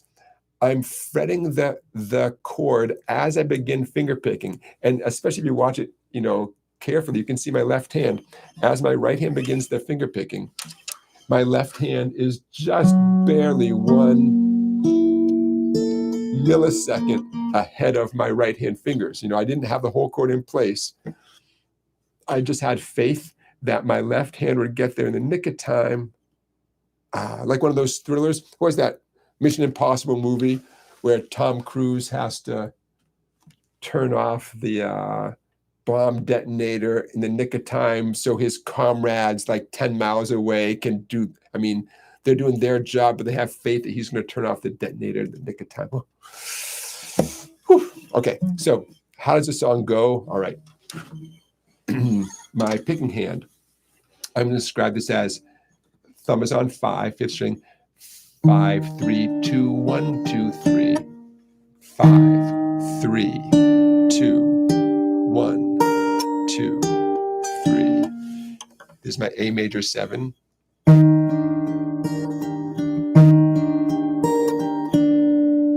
Almost the same thing on the A dominant 7, except there's a cute little hammer out of my ring finger. That's just how they did it.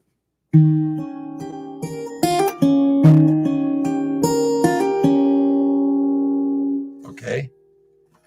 D major 7, 1 finger. Please do it with 1 finger. Don't use 3 separate fingers. You can do it with 1 finger. Only change over here is my picking hand. My thumb is going to be on 4 now.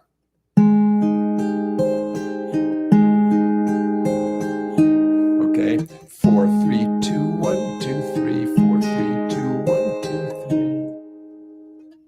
Okay, so we have the A major, A major 7, A dominant 7, D major 7, and then here comes the Jimi Hendrix chord.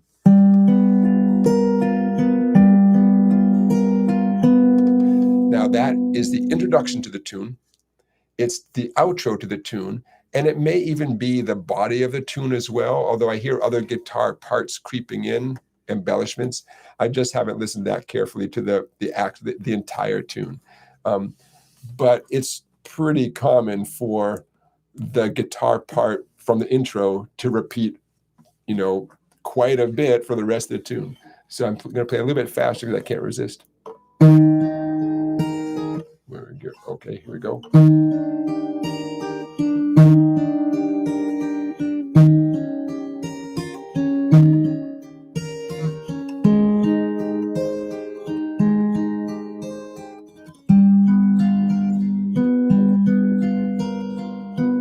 And the whole thing would begin again. Pretty, right? Pretty. Got to have the capo with the 6th fret. Okay, so that's what I did over my Christmas vacation. Now, the song just came out. And so my wife put the idea in my head, what if I was like the first TikToker to do like how to play that song? So I guess we'll see what that, you know, if I'm doing this live stream from Hawaii next Saturday, you'll know why. With a drink in my hand. If I'm doing it from here with a drink in my hand next week, that'll say something too, I suppose. Okay, you guys, maybe that is a good note to wrap up on.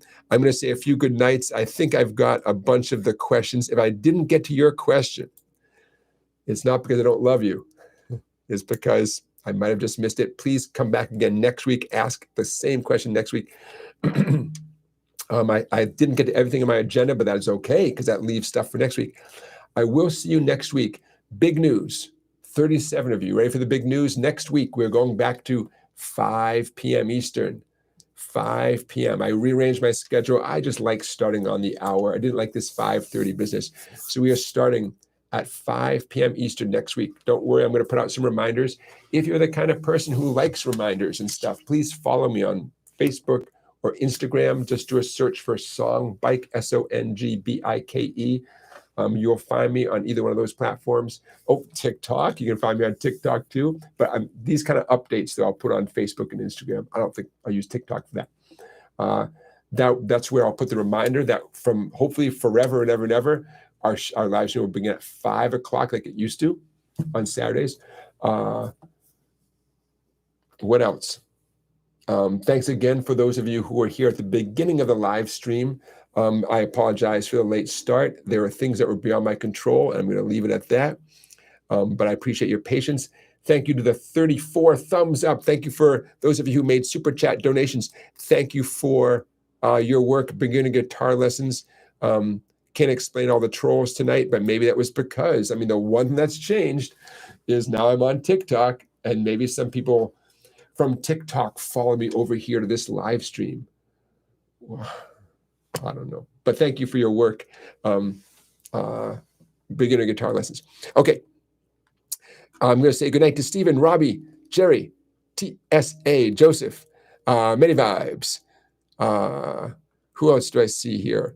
Audiophile Man.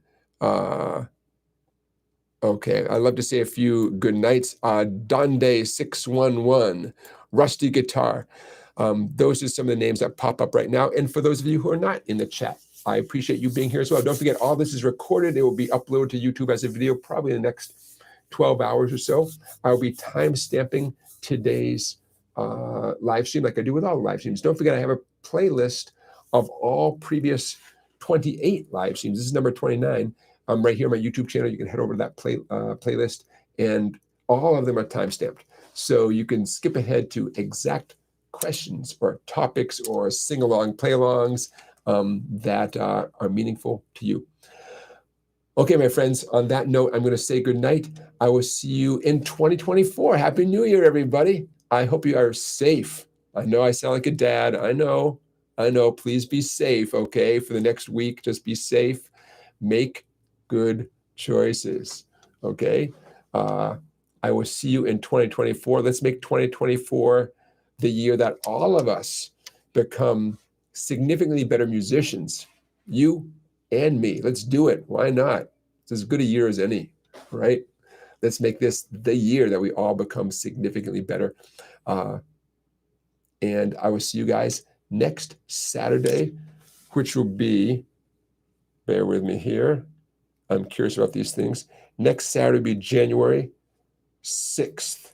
I was hoping it would be January 8th because January 8th is Elvis's birthday and David Bowie's birthday. Go figure. Okay, so I'll see you next Saturday, 5 p.m. start. I look forward to it. All right, you guys. Thanks for being here. Happy New Year.